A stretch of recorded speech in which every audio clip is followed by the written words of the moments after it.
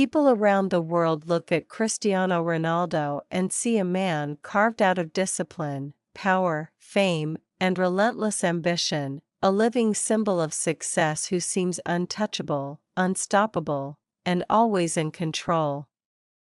But sometimes life disrupts even the strongest of routines, slipping through the cracks of a moment when no cameras are intentionally focused and no crowd expects anything extraordinary.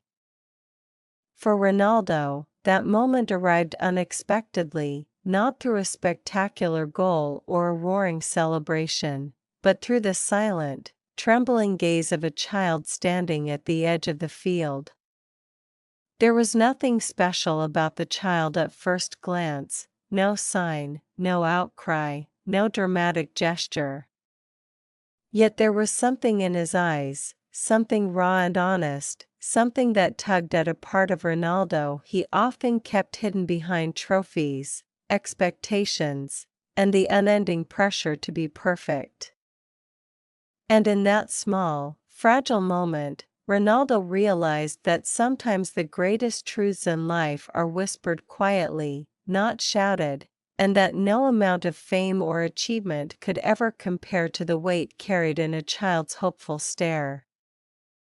The stadium buzzed with familiar energy as players stretched, coaches barked instructions, and the crowd began to settle into a rhythmic roar.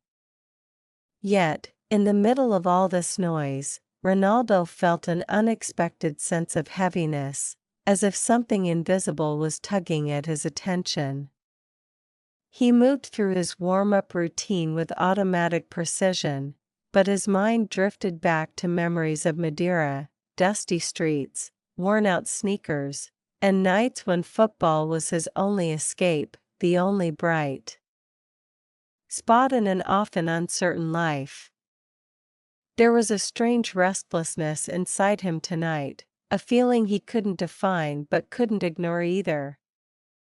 It wasn't the pressure of the game, nor the anticipation of setting another record. It felt deeper than that, something emotional rather than physical, as though life itself was preparing him for a moment he didn't see coming. As the match drew closer, the stadium erupted into full chaos, flags waving, chants echoing, lights flashing across thousands of excited fans. Ronaldo scanned the stands out of habit, acknowledging the familiar sea of jerseys and banners. Then, without meaning to, his eyes caught something unusual. A small child stood near the front row, pressed against the security barrier, his pale hands gripping the metal tightly. He wasn't cheering, wasn't smiling, wasn't even moving much. He was simply staring at Ronaldo with a look so intense and hauntingly sincere that it cut through the noise like a whisper. The boy's face looked tired, but his eyes were burning with something: hope, fear, longing, or perhaps all three at once. Ronaldo tried to shake it off and focus on the game, but every time he glanced that way, the child was still watching him, still waiting, as if silently begging him not to look away. When the referee blew the whistle for halftime, players jogged toward the tunnel, their heads filled with tactics and adjustments. But Ronaldo slowed down, taking a long look toward the corner of the stadium. The child was still there, small and fragile among the towering adults, but now even more visibly anxious, almost shaking. Something in that stillness bothered Ronaldo deeply, a familiar kind of loneliness, something he remembered from his own childhood.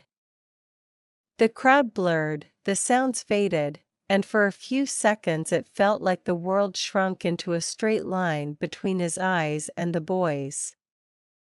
It was not just eye contact, it was recognition, the kind that bypasses logic and hits directly in the chest. Ronaldo felt a tightness in his throat, a sense that this moment was bigger than the match. Whatever that child carried in his eyes, pain, hope, fear, it was calling him. Inside the locker room, while coaches discussed strategy and teammates caught their breath, Ronaldo found himself pacing instead of sitting. His mind kept returning to the boy, that small, trembling figure amid thousands of cheering fans. He tried to dismiss it as a random emotional moment, but something didn't let go. He wondered who the child was, whether he was sick, alone, or struggling with something far beyond football. Ronaldo knew what it felt like to be invisible in a crowd, to crave acknowledgement, to look up at someone and silently pray they would notice you. He sat down finally, elbows on his knees, hands clasped together, thinking not of the second half but of the fragile reality of life outside the stadium. Fame had given him everything, but it had also reminded him many times of what truly mattered: connection, compassion, and the responsibility he felt toward those who looked up to him. When he stepped back onto the pitch, Ronaldo felt different, more grounded, more alert to something beyond the ball at his feet. The second half opened with intensity, both teams pushing hard for dominance, but Ronaldo's mind was split. He played with his usual sharpness, but every free moment, every pause between plays, his eyes scanned the stand searching for the child. And each time he found him, the same unspoken plea was there. Ronaldo began to feel a strange sense of responsibility, an urge to finish the match not just for the team or the fans, but for that one child whose world seemed to revolve around this moment. Each sprint, each pass, each touch felt heavier, more meaningful. This was no longer just a game, this was a message, that even the strongest hearts can respond to the gentlest call. As soon as the final whistle echoed through the stadium, Ronaldo didn't celebrate, didn't exchange the usual congratulatory gestures.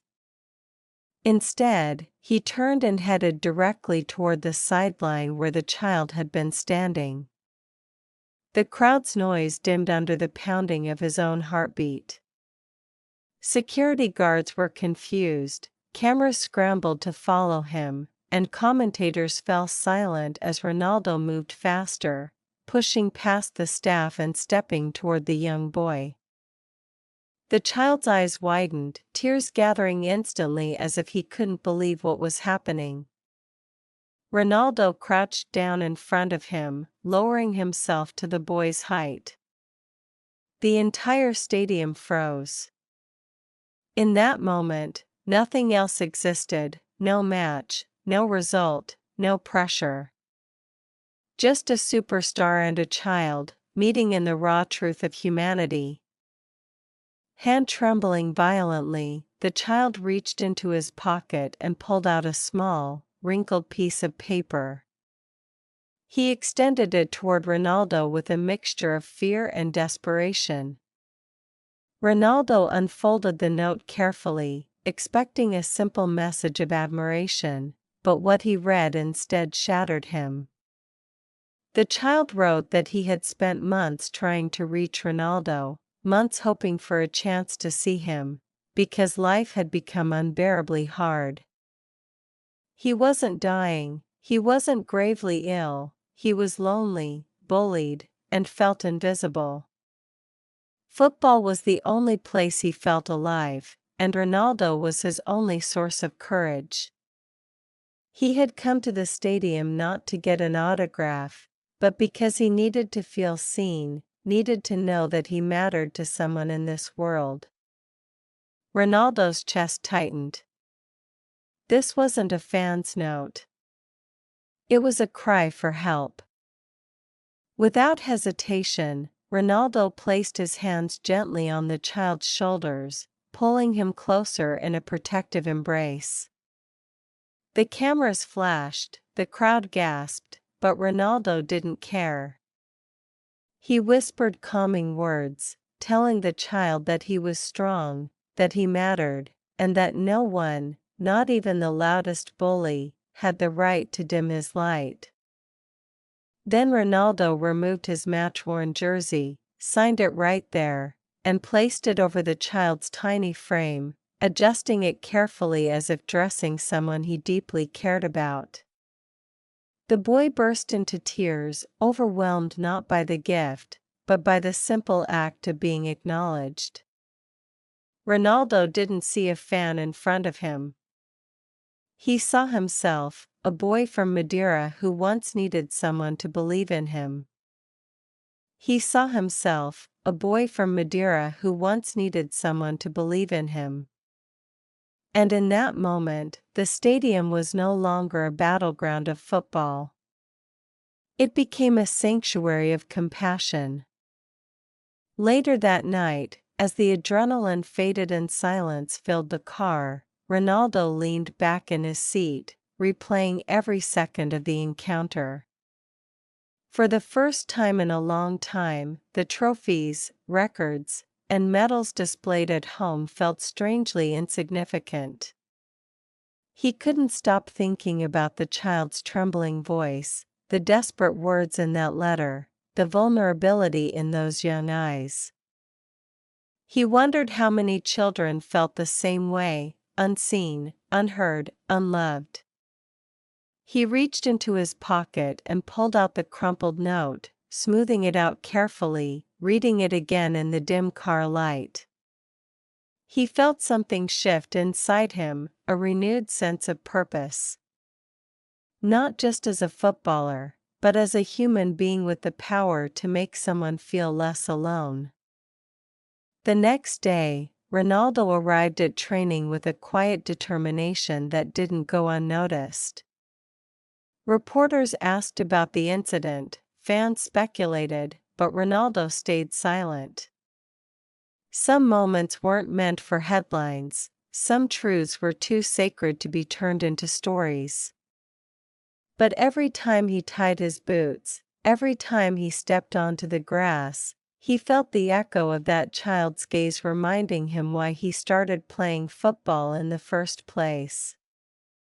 Not for fame, not for money, not even for records, but for the power to inspire, to give hope, to remind the world that greatness is measured not by goals but by the hearts you touch. And though the world would never know the full story, Ronaldo carried it with him, a quiet flame that would burn for the rest of his career.